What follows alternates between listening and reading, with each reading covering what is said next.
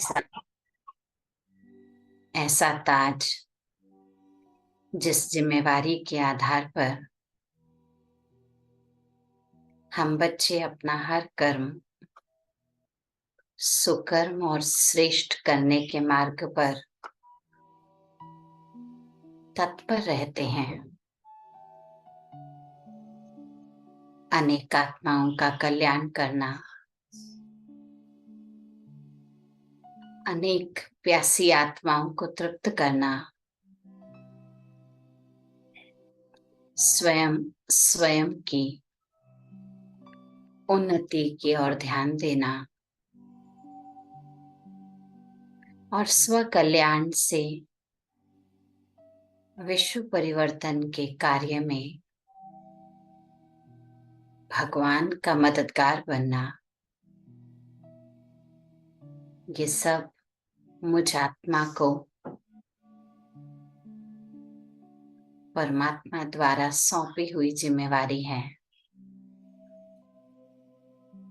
मैं कितनी भाग्यशाली आत्मा हूँ। भगवान की निरंतर पड़ती हुई शक्तियों की किरणें मुझ आधार मूर्त जिम्मेवार आत्मा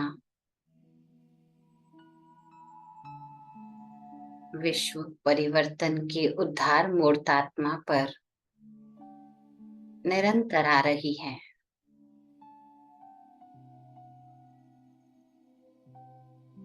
मैं अकेली नहीं, विश्व की सर्व आत्माओं की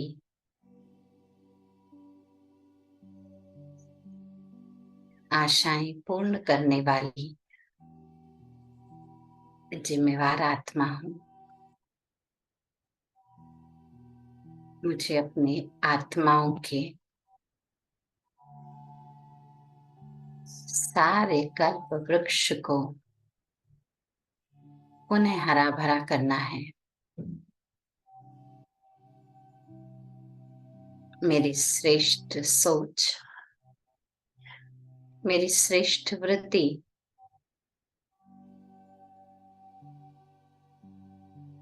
सृष्टि की एक एक आत्मा को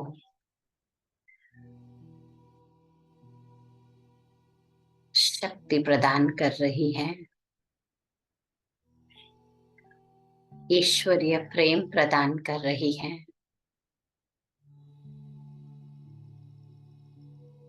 परमात्मा से प्राप्त इन शक्तियों को हर एक आत्मा धारण कर स्वयं के भाग्य का गुणगान कर रही है, भाग्य विधाता का गुणगान कर रही है।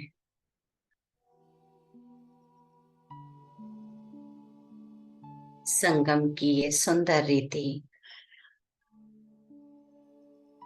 सारे कल्प से निराली है।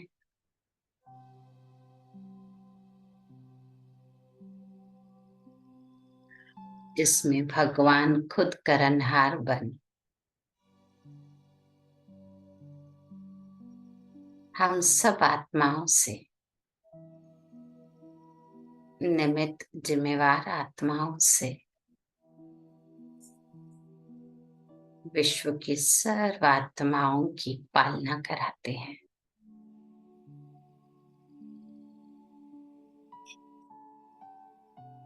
कितना सुंदर और कितना अद्भुत ये नजारा है। शक्तिशाली परमात्मा बीज सारे वृक्ष को किस प्रकार चला रहा है, इसका अनुभव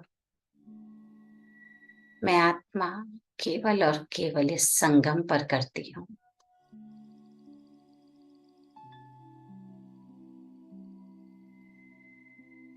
आइए चलते हैं शक्तियों के साथ ज्ञान की पालना भी उस परम शिक्षक से प्राप्त करने,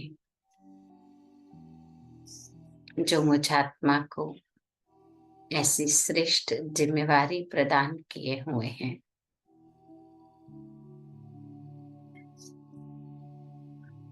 ओम शांति।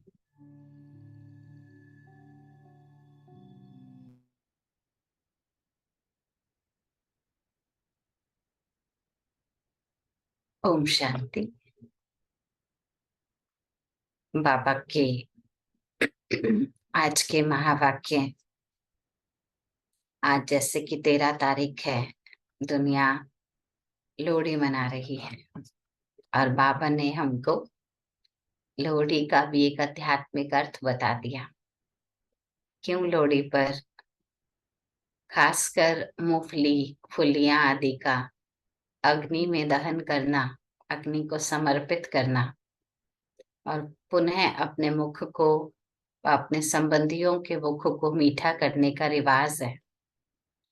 बाबा कहते बच्चे, जीवन में मूंगफली जितनी बहुत सखत बातें भी आती हैं और फुलियों जितनी छोटी छोटी हल्की हल्की सुखकारी बातें भी जो हमें उड़ाए, ऐसी बातें भी आती हैं। लेकिन चाहे वो कठोर बात हो, चाहे वो हल्की हो, यदि हम परमात्मा की याद की अग्नि में दोनों ही बातें सौंप देते हैं, तो हम बच्चे जिम्मेवार ना होकर बाबा हमारा जिम्मेवार हो जाता है। और चाहे कोई कठोर बात हो, चाहे कोई हल्की हो, चाहे कोई दुखकारी हो, चाहे कोई सुखकारी हो, हर चीज हमारे लिए कैसी बन जाती है, मीठी हो जाती है। क्योंकि हमारा नजरिया भगवान से जुड़ जाता है और परमात्मा नजर हर उतार चढ़ाव को श्रेष्ठ दिखाती है। इसलिए आज की मुरली भी जो हम सुनने जा रहे हैं, बाबा कुछ ऐसी ही मीठी बातें हमको बता रहे हैं। बच्चे, जीवन में उतार चढ़ाव तो आएगा, लेकिन ब्राह्मण बनने के बाद आप आत्माओं ने अपनी तैयारी क्या करी है? क्या आप आत्माएं ब्राह्मण बनने के बाद स्वयं को, स्वयं की उन्नति के लिए कोई प्लान देते हो, या सिर्फ जो बाबा ने कहा ठीक है कर लेंगे, कईयों ने किया है, अभी तो बहुत टाइम पड़ा है, ऐसे अलबेले होकर निकाल तो नहीं रहे हैं समय? क्योंकि अपनी उन्नति का अगर ख्याल नहीं कर पाएंगे, अपनी उन्नति की अगर कोई प्लानिंग नहीं बनाएंगे, तो दूसरों को हम अपना अनुभव कैसे सुना पाएंगे? क्योंकि हम ब्राह्मण बनते ही रोल मॉडल बन जाते हैं, और रोल मॉडल बनने का अर्थ ही होता है कि बहुत लोग आपके द्वारा प्रेरणा प्राप्त करने वाले हैं। भले ही हम एक दिन के ब्राह्मण हैं, 2 दिन के ब्राह्मण हैं, अभी नए ही हैं, लेकिन फिर भी बाबा कहते मेरा एक दिन का बच्चा भी बाप को प्रत्यक्ष करने की जिम्मेवारी का ताज पहन चुका होता है। तो ऐसे में हम बच्चे हर कदम पर अपनी उन्नति के बारे में क्या सोच रहे हैं, क्या प्लान कर रहे हैं, उसे कितना हम सार्थक कर रहे हैं, और बाबा की श्रीमत से कैसे हम उसको अप्लाई करते हैं अपनी लाइफ में, ये एक एक हमारा किया हुआ कर्म भक्ति में भी भक्तों के लिए यादगार बन जाने वाला है। इसलिए हमारे सारे कर्म श्रेष्ठ सुकर्म होने चाहिए। किसी भी प्रकार का एक सेकंड भी हमारा संगम का व्यर्थ ना जाए, ये जिम्मेवारी हम बच्चों की है। तो सुनते हैं बाबा के आज के महावाक्य। आज 13 जनवरी 2024 की मुरली है। मुरली का सार है, मीठे बच्चे, मनुष्य शरीर की उन्नति का प्रबंध रचते, आत्मा की उन्नति व चढ़ती का, जो भी चढ़ती कला है उसका साधन बाप ही बतलाते हैं। शरीर की उन्नति तो करते हैं ना भाई, बढ़ रहा है बच्चा तो कपड़ों का भी ध्यान रखेंगे, खाने पीने का भी ध्यान रखेंगे। अब छोटेपन में सेरेलैक खाते थे, अभी थोड़ी ना खाएंगे वो, अभी तो रोटी चाहिए, चाय चाहिए। तो जैसे जैसे हमारा शरीर बढ़ता है, डिमांड बढ़ जाती है ना, और उसको स्वीकार भी करते। तो बाबा कह रहे ऐसे ही आत्मा की उन्नति व चढ़ती कला का साधन बाप ही बतलाते हैं। यह बाप की ही रिस्पॉन्सिबिलिटी है। तो बताना रिस्पॉन्सिबिलिटी है, लेकिन करना हमारी रिस्पॉन्सिबिलिटी है ना, करना तो हमारा काम है। प्रश्न है, सदा बच्चों की उन्नति होती रहे, उसके लिए बाप कौन कौन सी श्रीमत देते रहते हैं? सोचिए, हर कदम पर उन्नति हो उसके लिए बाबा की श्रीमत हमको क्या मिली हुई है? उत्तर है, बच्चे अपनी उन्नति के लिए पहली पॉइंट है, सदा याद की यात्रा पर रहो। हमेशा हर कर्म करते, चलते फिरते, उठते बैठते, खाते पीते, सोते भी, आपने सुबह से लेकर रात तक का बताया, क्या करें? याद की यात्रा में रहे। याद से ही आत्मा की जंक निकलेगी। आत्मा पर कितना जंक चढ़ी हुई है विकारों की, उसको अगर निकालना है तो जितना हम योग में रमे रहेंगे, जितना बार बार हर कर्म में योग का अटेंशन रखेंगे, बाबा कहते वो जंक निकलेगी। दूसरी बात है, कभी भी बीती को याद नहीं करो। जंक भी निकालना है तो साथ साथ याद रखना है, मुझे किसी भी बीती हुई बात को याद नहीं करना है। आगे के लिए कोई आश नहीं रखो, क्योंकि हमको पता है आगे क्या होना है। हर कर्म की बाबा ने हमको शिक्षा दी हुई है, इसलिए ऐसी कोई आश ना रख ले हम जिसकी एक्सपेक्टेशन में हम आज का वर्तमान गवा दें। इसलिए बाबा कह रहे हैं, बच्चे आगे की कोई आश मत रखो। तीसरी पॉइंट है, शरीर निर्वाह के लिए कर्म भले करो। कर्म करना मना नहीं है, कर्म करना माना नौकरी आदि करते हैं, कमाई करते हैं, भले ही करें, लेकिन जो भी टाइम मिले वह वेस्ट नहीं करो। बोला ना, संगम का एक एक second most most most valuable है। तो जितना भी टाइम मिल रहा है उस टाइम को कभी भी वेस्ट नहीं करो।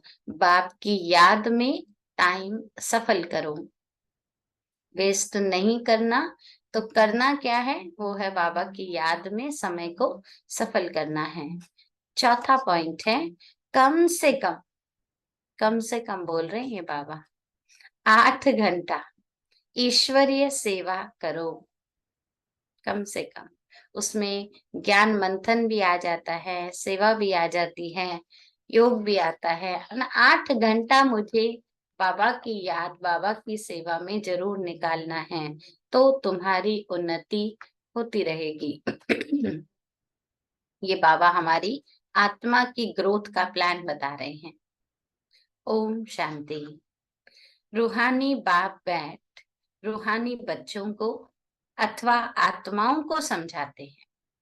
बाबा आत्माओं को बैठकर, वो भी जिनको बाबा बच्चा समझते हैं, जो बच्चे बनकर अथॉरिटी से बाबा को कहते, बाबा सुनाइए, आपको जो लगता है हमें बताइए, हम स्वीकार करेंगे। ऐसे बच्चों को बाबा अथॉरिटी से समझा रहे हैं। मनुष्य कहते हैं आत्मा की रिस्पॉन्सिबिलिटी है परमात्मा के ऊपर, वही सब आत्माओं की उन्नति और मन की शांति का रास्ता बता सकते हैं। आत्मा रहती है भ्रुकुटी में सबसे न्यारी, इस पूरे शरीर में सबसे ऊपरी भाग भ्रुकुटी में सबसे न्यारी है। अक्सर करके रोग होते हैं शरीर में, यहाँ भ्रुकुटी में नहीं होते। शरीर में होना और भ्रुकुटी में ना होना माना, कोई भी प्रकार का बाह्य रूप से अगर कोई चोट पड़ती भी है तो नीचे के अंगों में पड़ती है ना, ऊपर अगर कुछ भी होगा इंटरनल होता है। ऐसे में बाबा कहते, भल सर में दर्द पड़ेगा, सर भी तो ऊपर ही है ना, तो भल सर में दर्द पड़ेगा, परंतु जो आत्मा का तख्त है वहां कोई तकलीफ नहीं होती है, क्योंकि सिर और आत्मा का स्थान भी तो अलग अलग है ना। एकदम यहाँ माना यहाँ ही थोड़ी ना बैठी है, यहाँ और यहाँ के सेंटर में बैठी है आत्मा। तो फिर भी बाबा कह रहे अंतर है ना।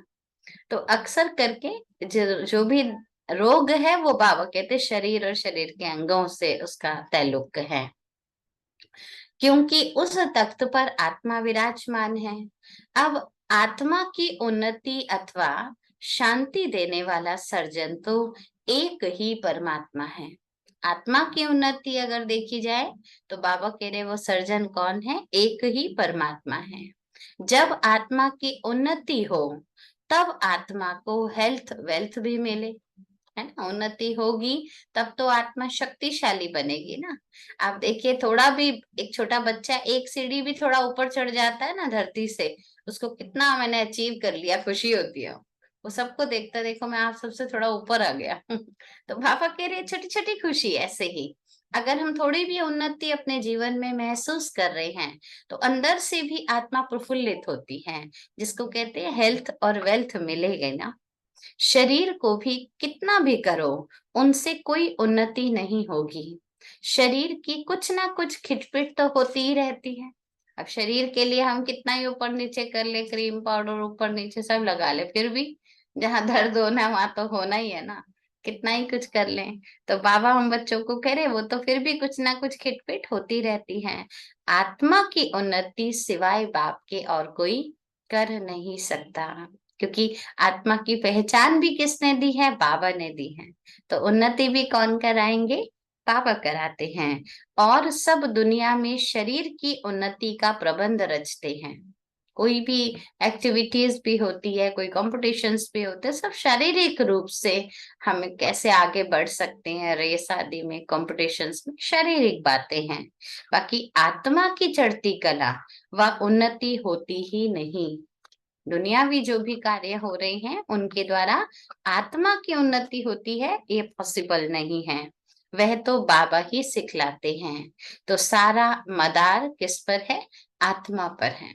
आत्मा की ग्रोथ होती जाएगी तो शरीर चाहे छोटा है, चाहे बड़ा है, चाहे कमजोर है, लेकिन बहुत कुछ अचीव कर सकता है।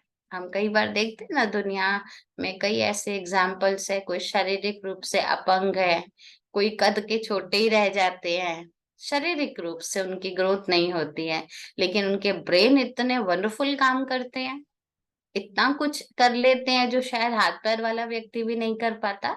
तो मुख्य है इंटरनल, हम कितना अपने आप को उन्नति को पा रहे हैं। तो यहाँ पर बाबा हम बच्चों को कह रहे हैं सारा मदार आत्मा पर है। आत्मा ही 16 कला बनती है, फिर आत्मा ही बिल्कुल कला रहित हो जाती है। 16 कलाएं बनती हैं, फिर कला कम कैसे होती है ये भी बाबा समझाते हैं, है ना। सतयुग में हमारी कितनी कला थी, 16 कला थी। फिर त्रेता युग में कितनी हो गई हमारी, 14 हो गई। तो कैसे कम हो गई 2 कला, बाबा ने समझाया है, समझ रहे हैं ना आप सभी। तो कैसे कम हो गई हमारी 2 कला, कौन बताएगा। सोच में पड़ गए सभी, कैसे कम हो गई। हाँ जी, अच्छा नीना बहन बताएं। हाँ जी नीना बहन बताइए, 2 कला कैसे कम हो गई, क्या हो गया था हम लोगों को, लक्ष्मी नारायण को क्या हो गया था ऐसा। कोई भी चीज है, जैसे मकान बनाते हैं, नए से पुराना तो होना ही है, उतरती कला भी होनी ही है, इसलिए फिर 2 कला कम हो गई। 2 ही क्यों रेट हुई, 3 हो जाती। ये तो नहीं पता ये नहीं दीदी। पता, अच्छा ठीक है। जितेंद्र भाई हाथ उठा रहे हैं जी, जितेंद्र भाई जी। ओम शांति दीदी। ओम जब शांति। सोल का रीबर्थ हुआ तो जी, रीबर्थ होने से थोड़ा कमजोर हो गया, तो कला भी थोड़ी कमजोर हो गई। तो 8 बर्थ हुए थे तो 8 कला कम होनी चाहिए ना, सतयुग से त्रेता में आते आते तो 8 रीबर्थ हुए। हर बर्थ में एक एक कला कम होती, 8 कम हो जाते, 2 ही क्यों कम हुए। ये तो चलिए दीदी कोई बात नहीं, कोई ने बात नहीं। अच्छा मैं बताती हूँ इसका अर्थ। बाबा कहते 2 कला माना कोई 2 कला नहीं कम हुई है, परसेंटेज डाउन होती है ओवरऑल। ओवरऑल आत्मा की वैल्यू, जो आत्मा में मान लीजिए नेतृत्व करने की कला थी, सोचने की, समझने की, हर प्रकार की जो परफेक्शन थी ना, वो परफेक्शन में थोड़ा सा अंतर आया। इसलिए बहुत स्लाइट डिफरेंस दिखाने के लिए 2 दिखाया, क्योंकि सोना और चांदी में कितना अंतर होता है, आप देखिए रेट में भी कितना अंतर होता है, बहुत बहुत कम अंतर आ पाता है। लेकिन चांदी और तांबा में तो बहुत बड़ा अंतर हो जाता है ना। तो बाबा उस भाव से बताते, 2 माना गिनती के 2 नहीं है, ठीक है, 2 माना ओवरऑल वैल्यू कम हो गई। तो कला को हमने ये बता दिया श्री लक्ष्मी नारायण से राम सीता। उसमें 2 बातें जो बाबा मुख्य लेते हैं, पवित्रता की डिग्री में थोड़ा सा डाउन आता है, होते सारी चीजों में अंतर है, जैसे बोला ना भाई जी ने कि रीबर्थ लेते लेते फर्क पड़ता जाता है, तो आत्मा जैसे पुनर्जन्म लेती है तो ओवरऑल वैल्यू कम होती है। इसको हम दो, गिनती का दो नहीं कहते हैं, ये ओवरऑल वैल्यू कम, और वो भी हल्का सा परिवर्तन होने के भाव से केवल दो दिखाया जाता है। लेकिन त्रेता से जब हम द्वापर में पहुंचते हैं ना, तो आप देखिए बिल्कुल 16 का आधा बताते, 8 कला, है ना, एकदम पूज्य से पुजारी हो गए। तो ये ख्याल रखिएगा, बाबा हमको कहते हैं आत्मा का पतन कैसे हुआ, कैसे आत्मा अपनी वैल्यूज को भूलती चली गई, जैसे जैसे वो नया नया नया रीबर्थ लेते लेते ऐड होती चली जा रही है और चीजों में, वो अपनी पिछली स्मृति, अपनी वैल्यू को, जैसे डेप्रिसिएशन लगता है ना, थोड़ा सा लगता है, ज्यादा नहीं लगता, वस्तुओं में लगता है ना।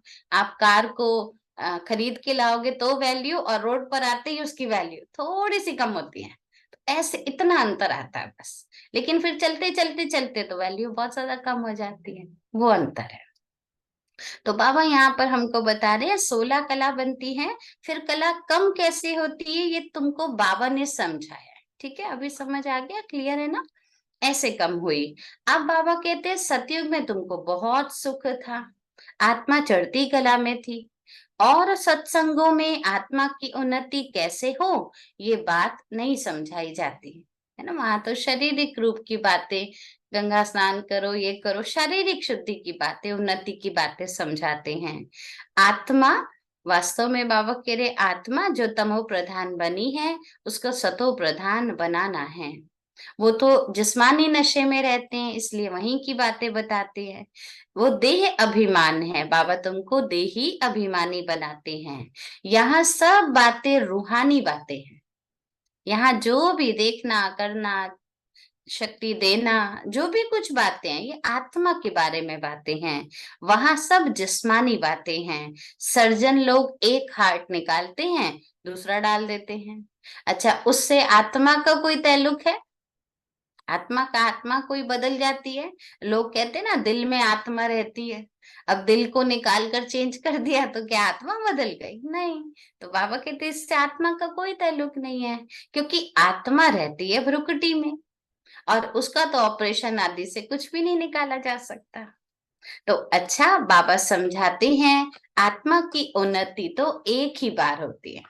तो ये भी बड़ी अच्छी इंपॉर्टेंट बात है, शरीर और आत्मा का अंतर बताए ना, तो कहो शरीर को तो पैचेस बहुत सारे लगते हैं, हर जन्म में कुछ ना कुछ मिलता है, लेकिन आत्मा का जो ऑपरेशन होता है किसी भी प्रकार का, वो आत्मा का पूरे पूरे के पूरे कल्प में एक ही बार होता है। आत्मा जब तमो प्रधान हो जाती है, तब आत्मा की उन्नति करने के लिए उन्नति करने वाले बाप आते हैं। उनके बगैर किसी भी आत्मा की चढ़ती कला हो नहीं सकती। ये अंडरलाइन करने की बात है, बाबा के सिवा आत्मा की उन्नति की चढ़ती कला हो नहीं सकती। बाबा कहते हैं ये छी तमो प्रधान आत्मा है, मेरे पास आ नहीं सकती, चाहे वो कितनी बड़ी बड़ी धर्मात्मा महात्मा हो। लेकिन ये ख्याल रखिएगा, भगवान के पास पहुंचने के लिए पहले आत्मा को शुद्ध बनना पड़ेगा, पवित्र बनना पड़ेगा। तुम्हारे पास जब कोई आते हैं तो कहते हैं शांति कैसे मिले, उन्नति कैसे हो, परंतु ये नहीं जानते उन्नति के बाद हम कहाँ जाएंगे। इसीलिए बाबा सीधा आते ही अच्छा शांत भव ऐसा कर नहीं देते। बाबा क्या कहते हैं, पहले शांति के देश को समझो, और फिर जब सुखकारी देश बन जाए तुम उसकी तैयारी करो, फिर लायक बनो ना। नहीं तो जाएंगे कहाँ? आप देखो, नहा धो के तैयार होकर उसी गंदे में जाके बैठ गए तो क्या फायदा। इसीलिए आप देखो, जब एकदम नहा धो के आप बाथरूम से बाहर निकल के पैर भी रखते हो ना, तो ऐसे ही कहीं भी नहीं रख देते, अच्छी अच्छी जगह छोटे छोटे जाकर एकदम फिट सही जगह पर रखते हैं, ताकि फिर गंदे ना हो जाए हम कहीं। तो सोचिए, हम एक स्थूल शुद्धि के बाद भी एक पैर जैसी चीज को भी गलत जगह पे नहीं रखते, कूद कूद के अच्छी जगह पे पहुंच जाते हैं। ऐसे ही होता है ना नॉर्मल चीज में। तो बाबा कह रहे जब हम एक शरीर की शुद्धि का इतनी केयर टेक करते हैं, तो आत्मा की शुद्धि अगर वो शुद्ध हो जाए तो कहाँ जाए ये भी तो नॉलेज होनी चाहिए। इसीलिए तो हम ये पढ़ाई पढ़ रहे हैं। तो बाबा कह रहे हैं यहाँ पर कि तुम्हारे पास जब कोई आते हैं, पूछते हैं शांति कैसे मिले, उन्नति कैसे मिले, परंतु ये नहीं जानते कि उन्नति के बाद हम कहाँ जाएंगे, क्या होगा। पुकारते हैं पतित से पावन बनाओ, जीवन मुक्ति धाम में ले जाओ, तो आत्माओं को ही तो ले जाएंगे ना, ये शरीर तो वहां जाने वाला है नहीं, शरीर तो सब यहाँ ही खत्म हो जाएंगे। परंतु ये बातें किसी की बुद्धि में है नहीं, क्योंकि ये है ईश्वरीय मत, किसी और की बुद्धि में ये बात आ ही नहीं सकती। क्यों नहीं आ सकती? क्योंकि बाबा कह रहे ये मत यानी ये मति किसकी है? ईश्वर की है, उन्होंने ही हमें ये बातें समझाई, बाकी सब तो मानव मत है। ईश्वरीय मत से तुम एकदम आसमान पे चढ़ जाते हो, एकदम ऊंची स्थिति। आसमान माना हमारी देह, देह की दुनिया से ऊपर बुद्धि चली जाती है, शांति धाम सुख धाम में जाते हो। फिर ड्रामा अनुसार नीचे भी उतरना ही है ना। अब तो हमें नीचे उतरने का गम नहीं है कि क्यों हम गिरे, क्योंकि हमको मालूम है नीचे उतरे तब तो बाबा आया, है ना। ऐसा गिरना तो बार बार बलिहारी बाबा आप आओगे, है ना। आत्मा की उन्नति के लिए बाप के सिवाय और कोई सर्जन नहीं है। सर्जन फिर तुमको आप समान बनाते हैं। कोई तो बहुतों की उन्नति अच्छी करते हैं, कोई मीडियम करते हैं और कोई थर्ड क्लास भी करते हैं। बाबा बता रहे हैं कराने का सबका अपना अपना लेवल है। औरों की उन्नति कोई थर्ड क्लास भी करते हैं। आत्माओं की उन्नति का जवाबदार है ही एक बाबा, जो जैसा पुरुषार्थ खुद करेगा दूसरों को भी वैसे ही समझाएगा। अब मान लीजिए कोई ढीला ढाला पुरुषार्थी होगा, वो क्या कहेगा, अरे बड़ी सर्दी है, छोड़ो इतनी ठंडी में नहीं जाना, क्या जरूरत है सुबह उठना, तबीयत खराब हो जाए। बाबा थोड़ी ऐसा कहते हैं। अब वो खुद आलसी है, वो दूसरे को भी क्या सिखाएगा? थर्ड क्लास उन्नति सिखाएगा ना।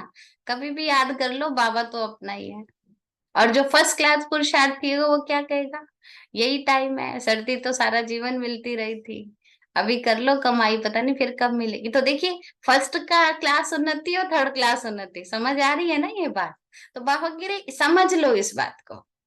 कल की मुरली कितनी अच्छी बाबा ने बोला थे, श्रीमत को एक्यूरेट समझना। भाई भाई की दृष्टि जो है वो एक्यूरेट कोई नहीं समझ सकता, और जो ईश्वरीय कायदों के खिलाफ है, समझ लो वो रावण है, वो है ही नहीं, रावण संप्रदाय। उस समय वो बाबा का बच्चा नहीं है, भले वो बहुत पुराना है। इसलिए बहुत ख्याल रखने की बात है, जो मुझे मत लेनी है अगर मुरली में है तो वो मेरे लिए श्रीमत है। मनुष्य के द्वारा कही हुई मत मुझे नहीं लेनी है। वेरीफाई कहाँ से करना है? मुरली से करना है, मुरली से वेरीफाई कीजिए। मुरली में अगर बाबा ने कभी नहीं बोला बच्चे चलो कभी कभी सो जाओ, नहीं बोला ना, तो बस मुझे नहीं सोना। फिर भले कोई बहुत महान आत्मा भी आपको बोले, मुझे नहीं सुनना, क्योंकि मुझे किसकी मत लेनी है? ईश्वर की मत। इसलिए बाबा कह रहे चेक करना थर्ड क्लास मत मिल रही है या फर्स्ट क्लास मत। आत्माओं की उन्नति का जवाबदार एक बाप है, दुनिया में ये किसी को मालूम नहीं है। बाबा कहते बच्चे मैं साधुओं आदि का भी उद्धार करने आता हूँ। पहले जब आत्मा आती है तो आत्मा पवित्र ही आती है। अब बाप आए हैं सबकी उन्नति करने। नंबर वार पुरुषार्थ अनुसार तुम्हारी देखो कितनी उन्नति होती जाती है। बनाया होगा ना आप सभी ने न्यू ईयर रेजोल्यूशंस कुछ तो, कि हमने अभी तक ज्ञान में चलकर क्या किया और अब मुझे और क्या करना है। होता है ना, हर बारी बाबा अपने लिए कोई ना कोई एक बार नया सेट करते हैं।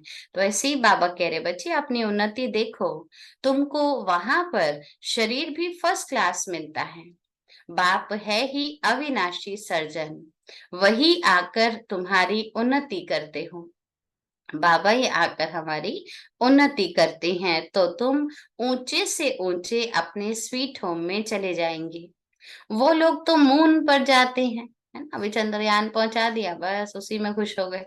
बाबा कहते हम उससे भी ऊपर जाने वाले हैं और रोज जाते आते हैं, और हमने तो परमानेंट जाना है उस दुनिया को, फिर वापस नीचे आना है। तो वो लोग तो उस पर जाते हैं। अविनाशी सर्जन तुमको उन्नति प्राप्त कराने के लिए कहते हैं, माँ मेकम याद करो। उन्नति का फॉर्मूला क्या है? माँ मेकम याद करो, मम एकम मुझ एक को याद करो। तो विकर्म विनाश होंगे। बाप विश्व के बच्चों को लिबरेट करते हैं। जब तुम स्वर्ग में जाएंगे तब और सब शांति धाम में होंगे। बाबा कितना वंडरफुल कार्य करते हैं, कमाल है बाबा की, है ना। इतनी आत्माओं की उन्नति का ख्याल करना जो कोई सर्जन नहीं करता, ऐसा कार्य बाबा करते हैं। तो बाबा के लिए कमाल है ऐसे बाप की। तब तो कहते हैं तुम्हारी गत मत तुम ही जानो। कई बार दुनिया कहती है ना, भगवान आप क्या करते हो, मेरा ये हो गया आप आए ही नहीं बचाने, मेरा ऐसा हो गया आपने बताया ही नहीं मुझे। तो भगवान क्या करते हैं वो अब हमें खुद बता रहे हैं। बाकी दुनिया वाले तो यही गीत गाते, तुम्हारी गत मत तुम ही जानो। आत्मा में ही मत है, आत्मा अलग हो जाए तो मत मिल ना सके। मत माना मति, बुद्धि क्या है, आत्मा की ही तो शक्ति है ना। ईश्वरीय मत से चढ़ती कला और मानव मत से उतरती कला, ये भी ड्रामा में नोंद है।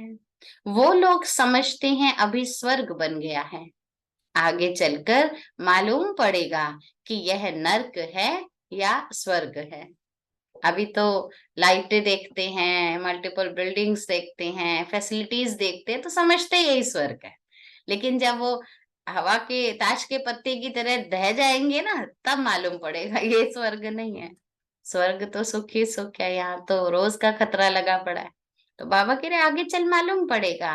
भाषा के ऊपर कितना हंगामा करते हैं, दुखी है ना। स्वर्ग में दुख होता ही नहीं, अर्थक्वेक भी नहीं होती है।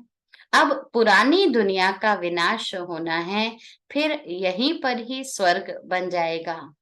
फिर आधा कल्प वो भी गुम हो जाएगा, उसके बाद तो नर्क यही स्थान बन जाएंगे ना। तो बाबा के लिए स्वर्ग फिर वो गुम हो जाएगा।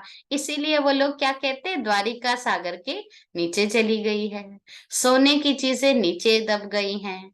सो तो जरूर अर्थक्वेक से नीचे जाएंगी, जरूर कैसे गई होगी, कोई ऐसे नहीं पूरी द्वारिका धीरे धीरे धीरे नीचे चली गई सुरक्षित होने। पापा के लिए अर्थक्वेक हुआ, टूट फूट के सब नीचे चला गया। समुद्र को थोड़े ना खोद कर निकालेंगे, धरती को खोदा जाता है, वहां से माल निकलते हैं। बाबा कहते हैं मैं सबका उपकार करता हूँ, मेरा फिर भी सब अपकार करते हैं, गाली देते हैं। मैं तो अपकारी का भी उपकार करता हूँ। तो मेरी जरूर तुम बच्चों को महिमा होनी चाहिए, करनी भी चाहिए, और तुम बच्चों को याद रहना चाहिए भगवान अपकारी नहीं है, उपकार करने वाला है। तो हम उनकी ग्लानि कर कैसे सकते हैं, उनकी तो महिमा होनी चाहिए। भक्ति मार्ग में देखो कितना मान है। तुम बच्चे भी बाप की कितनी महिमा करते हो। कल भी बाबा ने एक चित्र को महिमा के लिए याद किया था, कौन सा चित्र था, कौन सा चित्र था, बाबा के 32 महिमा है ना, 32 बाबा गुणों के की महिमा। 32 गुणों वाला चित्र। आप सबको मालूम है ना वो चित्र कैसे बना था, मालूम है। बाबा को एक बच्चे कहते थे बाबा हम आपको याद कैसे करें। पहले पहले यज्ञ में जब बाबा ने अपनी पहचान बताई थी, तो बाबा ने एक पेपर पर ऐसे अंगूठा लगा दिया था, और अंगूठा लगाकर बाबा ने कहा था बच्चे मैं ऐसा हूं। अच्छा, फिर बच्चे अंगूठे जैसा शिव बाबा को याद करते थे। तो एक दिन बाबा ने मुरली में कहा बच्चे आज मैं आपको अपना परिचय देता हूँ। तो सबने कहा बाबा बता तो दिया आप कौन हो। तो बाबा ने कहा नहीं बच्चे पेपर पेंसिल लेकर आओ, लेकर आए। अब बाबा ने ऐसे पेपर पेंसिल रखा और ऐसे ऐसे ऐसे टच करके हटा दिया, बोला मैं ये हूं। अब वो बिंदी दिखे भी नहीं, क्योंकि पेंसिल से एक तो लगाई, ऊपर से ऐसे टच करके हटा दिया। तो सबने कहा बाबा अभी तो आपने कहा था मैं इतना बड़ा हूँ, अब आप कहते मैं इतना हूँ, ऐसे कैसे याद कर सकते हैं हम आपको। फिर बाबा ने अगले दिन फिर मुरली चलाई। बाबा ने कहा अच्छा बच्चे इस बिंदी में से ना ऐसे ऐसे किरणें निकाल दो, मैं ये हूँ। तो कहा बाबा कितनी देर तक वो ऐसे लाइनों को ही देखते रहे। तो बाबा ने कहा देखना थोड़ी ना है, बाप की तो महिमा करनी चाहिए, बाबा आकर क्या क्या कर रहे हैं आपके लिए। तो फिर एक बच्चे ने बुद्धि चलाकर एक एक किरणों में एक एक महिमा लिखी। तब बाबा ने उस बच्चे को बहुत ब्लेस किया कि देखो ऐसे बाप की महिमा गाते रहो, ये है बाप। तो धीरे धीरे कैसे, क्योंकि चित्रों को देखने की आदत थी ना, तो साकार बाबा बताते थे, शिव बाबा उनके द्वारा कैसे वो सत्य परिचय देने के लिए बच्चों को मेंटली तैयार करते। एकदम कह देंगे मैं बिंदु हूँ दिखता नहीं हूँ तो बच्चों की भावना नहीं बन पाएगी ना। तो बाबा विधिवत धीरे धीरे जैसे जैसे निश्चय बढ़ता गया, बाबा ने धीरे धीरे अपनी परिचय की लेयर्स खोलते गए। तो बाबा आज भी याद कर रहे हैं, चित्र में 32 गुण दिखाए हुए हैं। तो अभी तुम भी बाप जैसा गुणवान बन रहे हो। कितना पुरुषार्थ करना चाहिए हम बच्चों को भी बाबा जैसा गुणवान बनने के लिए कितना पुरुषार्थ करना है।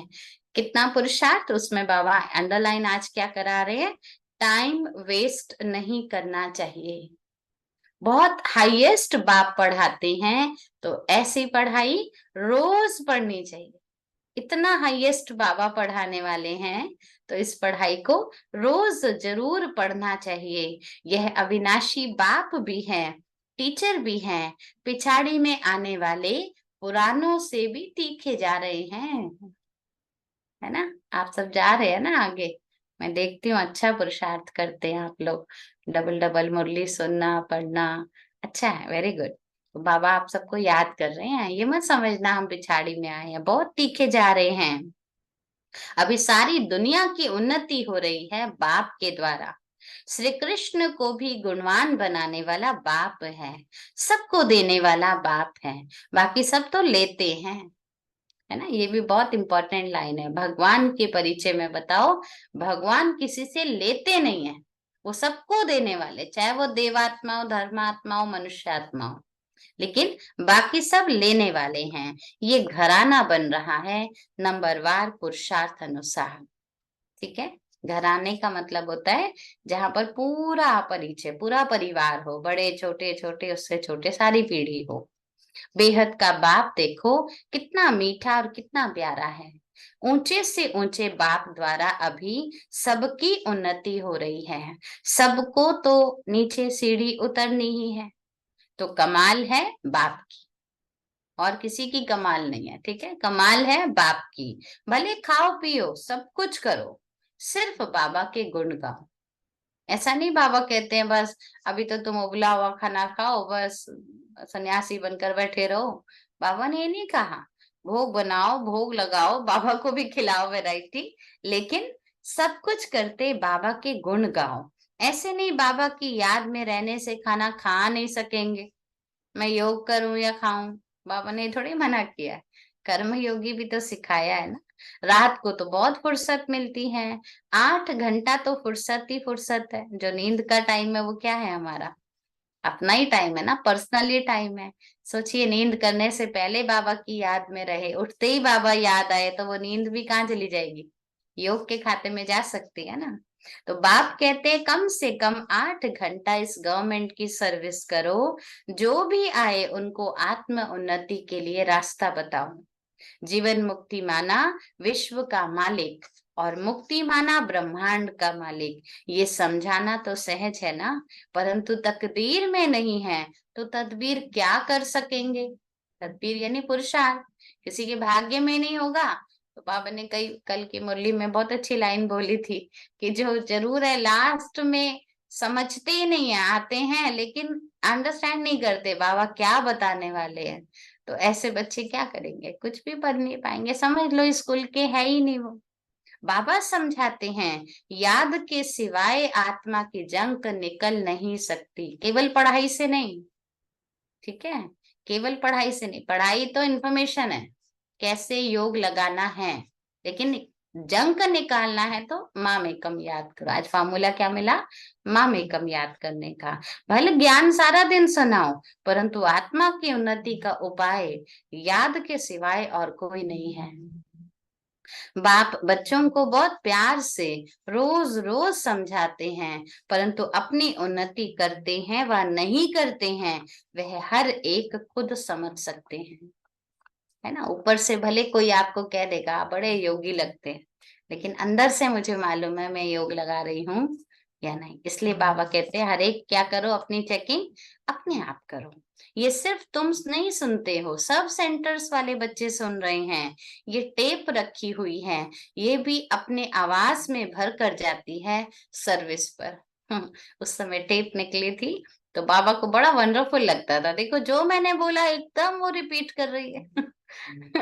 क्योंकि बाबा को किसी ने गिफ्ट किया, बाबा अभी देखो आप ही की तरह आवाज बिल्कुल ये निकालेंगे। बाबा ने कहा देखो मनुष्य बुद्धि ऐसी चीजें भी बना रही है और बच्चे बाप समान नहीं बनते, देखो टेप मशीन बन गई बाप समान, ऐसे बाबा साकार में बच्चों को उमंग दिलाया करते थे। तो ये भी अपने आवाज में भरकर सर्विस पर जाती है, ये बहुत सर्विस देती है। बच्चे समझते हैं शिव बाबा की मुरली हम सुनते हैं, तुम्हारे द्वारा सुनने से तो फिर भी इनडायरेक्ट हो जाएगा, है ना। बहनें सुनाते हैं, वरना हम बहनें जो भी सुनाते, फिर भी थोड़ा एक्सप्लेनेशन बाबा का जो होगा वो एक्यूरेट तो नहीं होगा ना हमारा। तो बाबा कह रहे वो भी इनडायरेक्ट हो गया है। फिर यहाँ आते हैं डायरेक्ट सुनने के लिए, मधुबन जाते हैं कि बाबा से डायरेक्ट बाबा के मुख से सुनेंगे। फिर ये बाबा ब्रह्मा मुख द्वारा सुनाते हैं अथवा मुख द्वारा ज्ञान अमृत देते हैं। तो इस समय दुनिया तमो प्रधान हो गई है, उस पर ज्ञान की वर्षा चाहिए। अग्नि जल रही है ना विकारों की, तो बाबा कह रहे इसको शीतल करने के लिए क्या चाहिए? ज्ञान की वर्षा चाहिए। वह पानी की वर्षा तो बहुत होती है, उस पानी से तो कोई पावन बन नहीं सकता। यहाँ सारी ज्ञान की बातें हैं। बाबा कहते बच्चे अब जागो, मैं तुमको शांति धाम ले जाता हूँ। आत्मा की उन्नति भी इसी में ही है, बाकी सब है जिस्मानी बातें। दुनिया में जो भी उन्नति की बातें हैं वो सब जिस्मानी बातें हैं, रूहानी बातें सिर्फ तुम ही सुनते हो। पदमपति भाग्यशाली सिर्फ तुम ही बनते हो।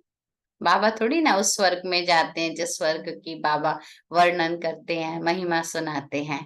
तो भाग्यशाली तो हम हैं, बाप तो गरीब निवास है, तो गरीब ही सुनते हैं। तब बाप कहते हैं अहिल्याओं गणिकाओं को भी जाकर समझाओ। बाकी सतयुग में ऐसी बातें नहीं होती हैं। सतयुग में कोई ऐसी अहिल्याएं गणिकाएं जैसी कैटेगरी नहीं होगी।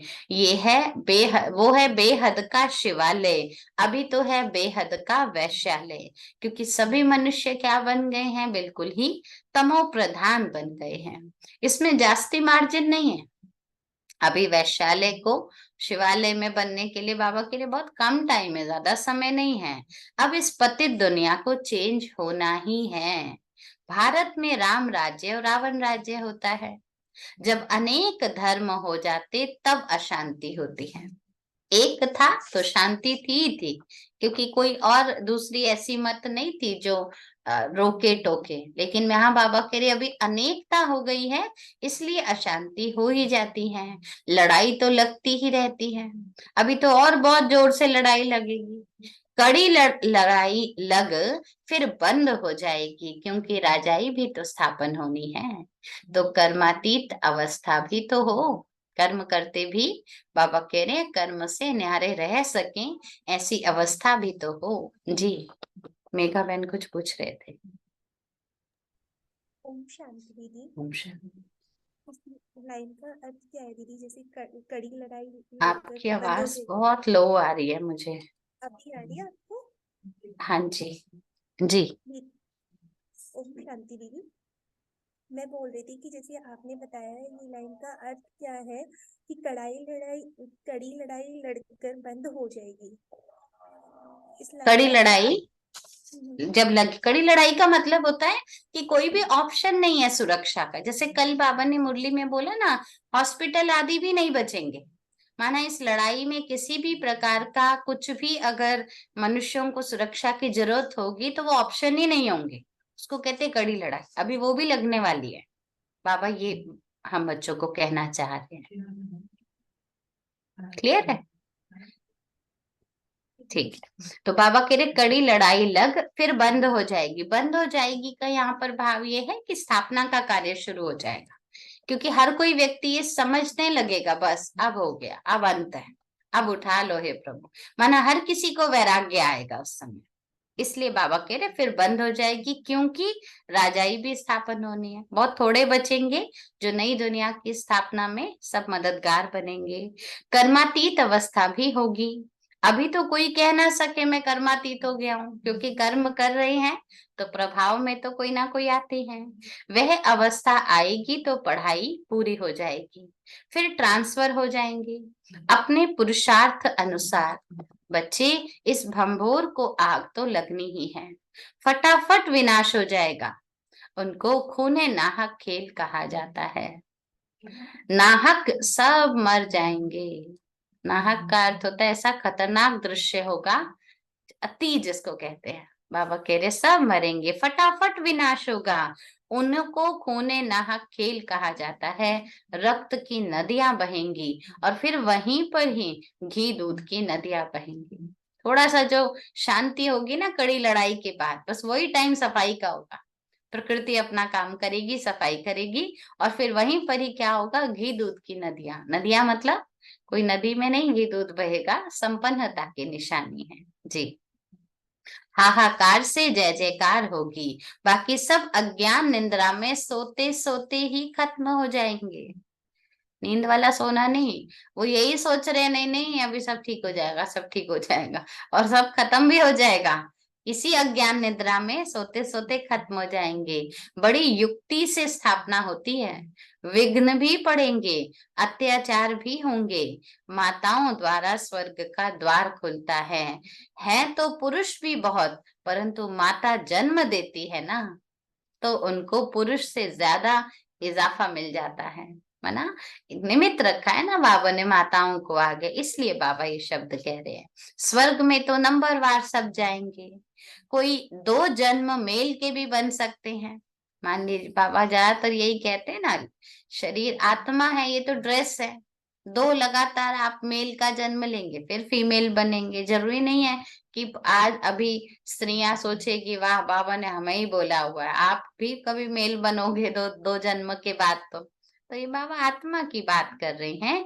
हिसाब किताब जो ड्रामा में नोंद है वही होता है। आत्मा की उन्नति होने से कितना फर्क पड़ जाता है। कोई तो एकदम हाईएस्ट बन जाते हैं और कोई बिल्कुल लोएस्ट बन जाते हैं। समझ मिलके भी पुरुषार्थ ना करना तो प्रजा में भी बहुत नीचा पद पाना ना, तो कहाँ राजा और कहाँ प्रजा, और दोनों ही किससे बन रहे हैं, एक ही पढ़ाई से बन रहे हैं। तो ये तो महत्व की बात है ना, हम कितना महत्व देते हैं। मीठे मीठे बच्चों को बाबा समझाते, बच्चे अभी पुरुषार्थ करो। पुरुषार्थ क्या है, योग से पवित्र बनो तब धारणा हो। मंजिल बहुत ऊंची है, अपने को आत्मा समझ बहुत प्यार से बाबा को याद करना है। आत्मा का परमात्मा के साथ लव है, ये है रूहानी लव, जिससे आत्मा की उन्नति होती है। अच्छा, फिर इंपॉर्टेंट लाइन, जिस्मानी लव से गिर पड़ते हैं। शारीरिक प्यार जो है उसने क्या किया, हमारी डिग्री और डाउन करी है। तो जिस्मानी लव से गिर पड़ते हैं, तकदीर में नहीं होगा तो भागंती हो जाएंगे, आएंगे भी एक दूसरे में फंसकर खुद भी डूबेंगे, ले भी जाएंगे किसी को। इसलिए बाबा कह रहे हैं भागंती हो जाते हैं। यज्ञ की बड़ी संभाल चाहिए। माताओं की पाई पाई से यज्ञ की सर्विस हो रही है। यज्ञ माना सेंटर, सेंटर पर कौन है, आने वाली माताएं तो भंडारे में 1-1 रुपया कना कना डालती हैं। इसलिए बाबा कहते हैं यज्ञ की बहुत संभाल करनी है। यहाँ गरीब ही साहूकार बन जाते हैं, अपना 1-1 रुपया जोड़ जोड़ कर डालते हैं ना बाबा के यज्ञ में, तो बाबा तो फिर जिम्मेवार हो जाता है 1 का ट्रिपल देने के लिए। इसलिए बाबा कह रहे गरीब साहूकार बन जाते हैं, सारा मदार पढ़ाई पर है। अभी तुम सदा सुहागन बनती हो, है ना, अविनाशी साजन मिल गया है ना, वो कभी जाने ही नहीं वाला, तो तुम सदा सुहागन बनती हो, ये सबको फीलिंग आती है। माला का दाना बनने वालों को कितनी अच्छी फीलिंग चाहिए। शिव बाबा को याद करते रहो, सर्विस करते रहो, तो बहुत उन्नति हो सकती है। शिव बाबा की सर्विस में ये शरीर भी न्योछावर कर देना चाहिए। ऐसे नहीं नहीं नहीं मैं हाथ नहीं लगा सकती, मैंने ये काम कभी नहीं किया, अरे नहीं किया तो क्या हुआ, क्या हड्डी घिस जाएगी, क्या हो जाएगा। दधीची ऋषि ने तो हड्डी तोड़ तोड़ के दे दी थी, हमें तो ऐसा कुछ करना भी नहीं है। इसलिए बाबा कह रहे अगर बाबा की याद में सेवा करते अगर शरीर प्राण छूट भी जाए तो ये तो बहुत बड़ी बात है। सारा दिन नशा रहे ये मासी का घर नहीं है। देखना है हमने अपनी कितनी उन्नति करी है। कल हमारे पास एक भाई आए थे बहुत टाइम बाद, उन्होंने कहा दीदी सारा दिन बाबा याद रहता है, बस अमृत वेले नहीं उठता और मुरली ने, बाकी 9 बजे आंख खुलते ही बाबा याद आता है। 1 बजे सोता हूँ रात को, तब तक बाबा ही याद रहता होगा बाबा याद रहता होगा, हो ही नहीं सकता। जिसको अमृत वेले का महत्व भगवान आकर मिलन बना रहा है पर्सनल, वो नहीं मालूम, वो सारा दिन कहाँ। ये देखो माया ऐसा भ्रम पैदा कर देती है, ऐसा भ्रम पैदा करती है। इसलिए बाबा कह रहे सारा दिन याद रहना कि मासी का घर नहीं है, ये तो अपने आप को टेम्पटेशन देते रहना है। बस देखना चाहिए हम कितनी उन्नति को पा रहे हैं। बाबा कहते हैं बच्चे बीती को याद नहीं करो, कभी ये मत सोचो हाय हम इतनी लेट क्यों आए, इतना अच्छा बाबा ने इतनी लेट क्यों ज्ञान दिया। नहीं, कोई बात नहीं ना, बीत क्या कोई नहीं, लेकिन लास्ट को भी बाबा कितना फास्ट चांस दे रहे हैं ये याद करना है। आगे की कोई आश मत रखो, शरीर निर्वाह कर्म तो करना है, जो टाइम मिले उसमें बाबा को याद करो तो विकर्म विनाश होंगे। बाबा बांधेलियों को भी समझाते हैं कि तुम्हें पति को भी बहुत नम्रता से प्यार से समझाना चाहिए। कोई मारे तो भी उन पर फूलों की वर्षा करो। फूलों की वर्षा माना उस समय फूल खरीद के मत ले आना। फूलों की वर्षा माना क्या, दिल से शुभ भावना देना कि तुम्हारी एक एक मार मुझे बाबा की याद और पक्की करा रही है, मुझे वैराग्य दिलाने में मदद कर रही है, मुझे दिखाया जा रहा है कि ईश्वरीय प्यार और दैहिक प्यार में क्या अंतर है। तो ये है फूलों की वर्षा, अंदर ही अंदर करना। ऐसा हमारी बांधेली जो माताएं थी, दादियां आदि थी, कितना उन्होंने अपने अनुभव सुनाए हैं ये सब। तो बाबा कह रहे ऐसे फूलों की वर्षा करो। अपने को बचाने की बड़ी युक्ति होनी चाहिए, आंखें बड़ी शीतल होनी चाहिए, कभी हिले नहीं, माना इधर उधर आकर्षण में ना फंसे। इस पर अंगद का मिसाल है, बिल्कुल अडोल था ना। तो तुम सब महावीर हो, जो कुछ पास्ट हुआ उसको याद नहीं करो।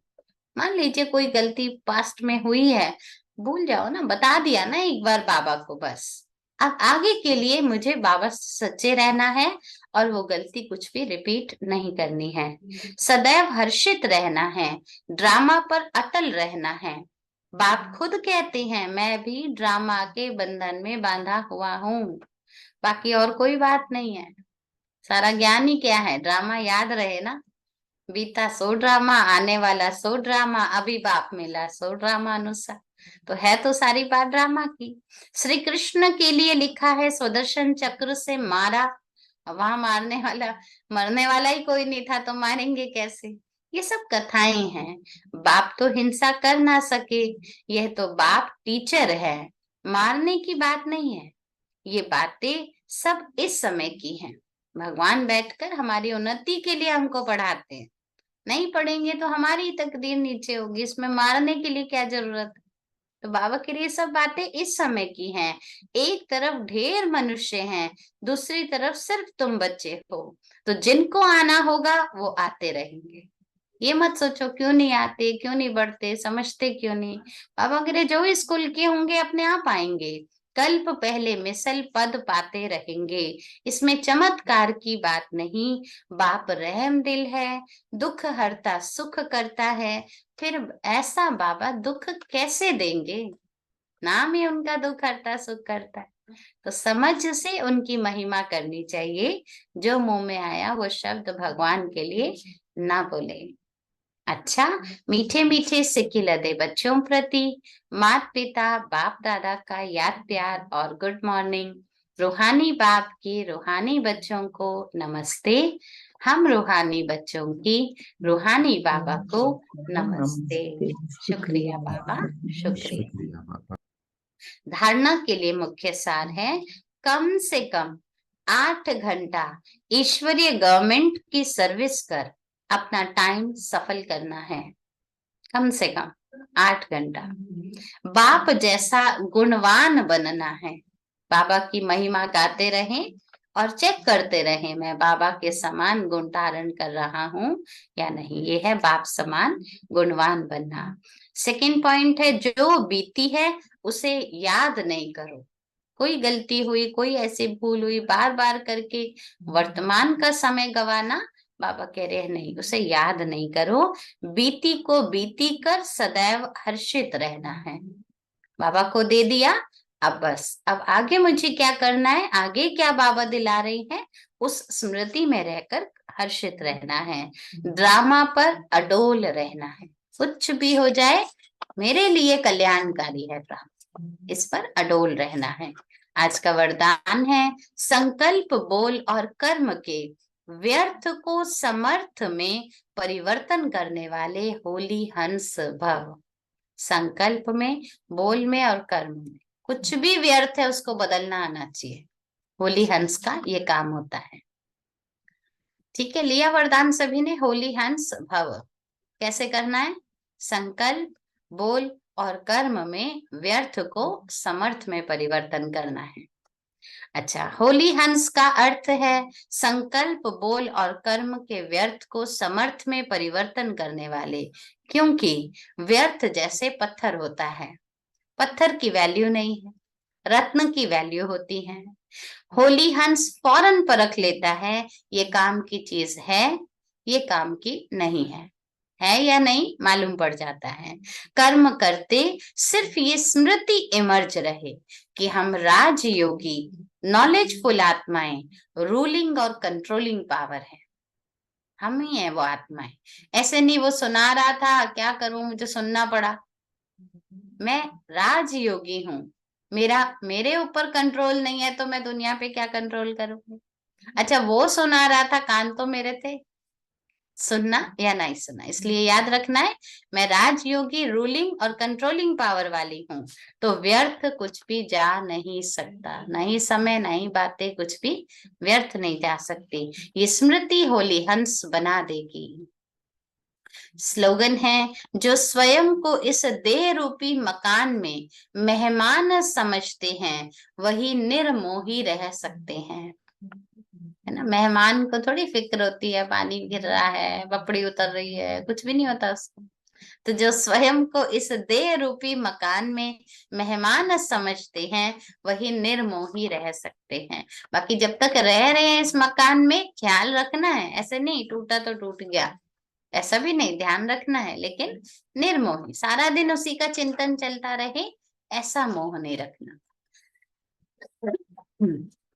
आज का अव्यक्त स्थिति का जो संकल्प है, जैसे जब कोई ऐसा दिन होता है तो चलते फिरते ट्रैफिक को भी रोक कर 3 मिनट साइलेंस की प्रैक्टिस कराते हैं। अब गांधी जयंती होती है उस समय क्या करते हैं, 3 मिनट का साइलेंस हर स्कूल में हर जगह पर कराया जाता है ना, तो एक याद में एक साइलेंस मनाया जाता है। तो चलते हुए सभी कार्यों को स्टॉप भी कर लेते हैं। ऐसी आप भी कोई कार्य करते हो या बात करते हो तो बीच बीच में ये संकल्पों की ट्रैफिक को स्टॉप करने का अभ्यास करो। 1 मिनट के लिए भी मन के संकल्पों को, चाहे शरीर के द्वारा चलते हुए कर्म को बीच में रोक कर भी अपने फरिश्ते स्वरूप में स्थित हो जाओ। ट्रैफिक कंट्रोल तभी तो बनाए गए हैं ना हमारे, कुछ भी कर रहे हैं। मधुबन में नजारा बड़ा अच्छा दिखता है, चलते चलते सारे खड़े हो जाते, किसी को नहीं भी सुनाई देता ना, उनको देखकर ही याद आ जाता, अच्छा ट्रैफिक कंट्रोल चल रहा है। तो ट्रैफिक कंट्रोल का भाव ही क्या है, काम कर रहे हैं लेकिन कोई इम्पोर्टेंट नहीं है तो वो 3 मिनट रुक जाए। ऐसे नहीं मैंने गैस पे कुछ रखा हुआ और मैं बैठ गई योग करने, वो वाला नहीं। अटेंशन देना है, नुकसान कारक कोई काम नहीं। लेकिन हाँ, अगर हम कुछ पढ़ रहे हैं, कुछ बात कर रहे हैं और एकदम घड़ी की तरफ इशारा गया तो 1 मिनट का साइलेंस ले ले, 3 मिनट का योग कर। ये अभ्यास क्या करता है, कंट्रोलिंग और रूलिंग पावर बढ़ाता है हमारी। जो बाबा ने कहा ना होली हंस में ये होनी चाहिए, तो ये शक्ति हमें अंदर ही अंदर और मजबूत करती है और परिवर्तन करने की शक्ति हमें देती है। आज की सारी मुरली बाबा की, हम बच्चों को आत्मा की उन्नति कैसे करें, शरीर की उन्नति का तो ख्याल होता है लेकिन आत्मा की उन्नति का मौका हमको इसी संगम पर मिलता है, उसका हमको ख्याल करना है। 8 घंटा सेवा में अपना समय जरूर निकाल के रखें और जितना हो सके बीती बातों को याद करके अपना वर्तमान ना खराब करें, इस पर बहुत अटेंशन देने के लिए बाबा की आज की श्रीमत मिली। क्लियर है मुरली सभी को? चलते हैं बाबा को याद करने, क्योंकि आज दिल्ली जोन का संगठित योग है जो 5:30 से शुरू हुआ है, तो अभी हम उसमें भी ज्वाइन करेंगे। इसलिए मैं रिवाइज नहीं कर रही हूँ मुरली, लेकिन आप सब भी अवश्य ही रिवाइज कीजिएगा। चलते हैं। ओम शांति जी, उसका ऑनलाइन तो नहीं है? ऑनलाइन भी उसका लिंक है, शायद अभी मुरली ही चल रही होगी वहां पर। 7 से 8 मुरली थी उसकी, मैं आपको भेज देती हूँ, ठीक है, जी। आप आगे भेज दीजिए।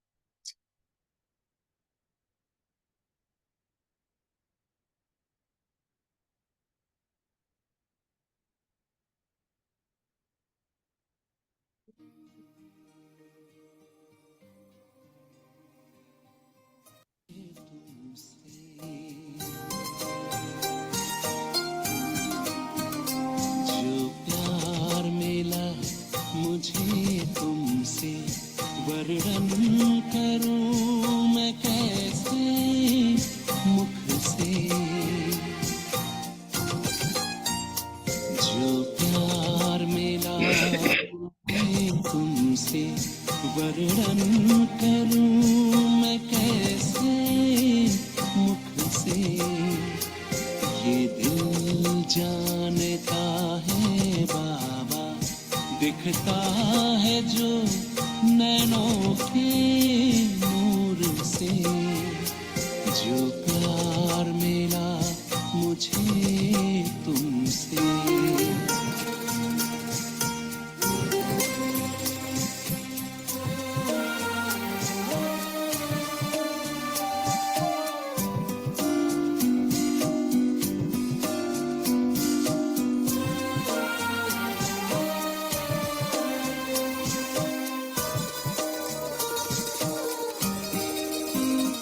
मुझको इतना सम्मान दिया, मेरे लाडले कह दुलार दिया।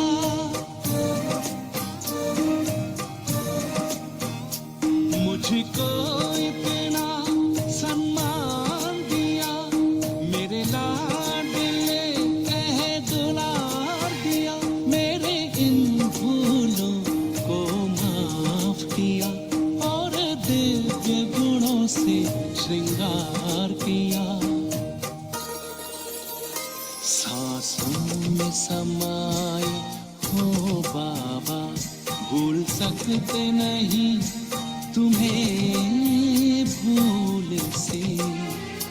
जो प्यार मिला मुझे तुमसे।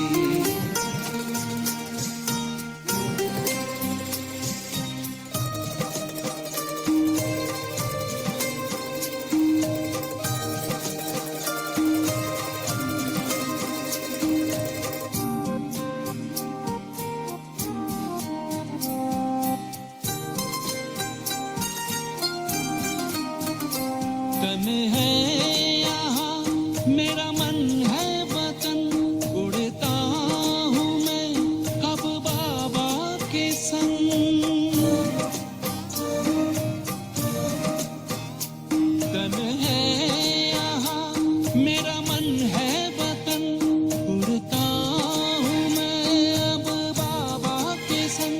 प्रभु प्रेम की इन किरणों से गद गद हो रहा है अंग अंग। अब पैर जमीन पे नहीं रहते, जब छूटा माया के चंगुल से। जो प्यार मिला मुझे तुमसे, वर्णन करूं मैं कैसे मुख से। ये दिल जानता है बाबा, दिखता है जो नैनों के नूर से। जो प्यार मिला मुझे तुमसे।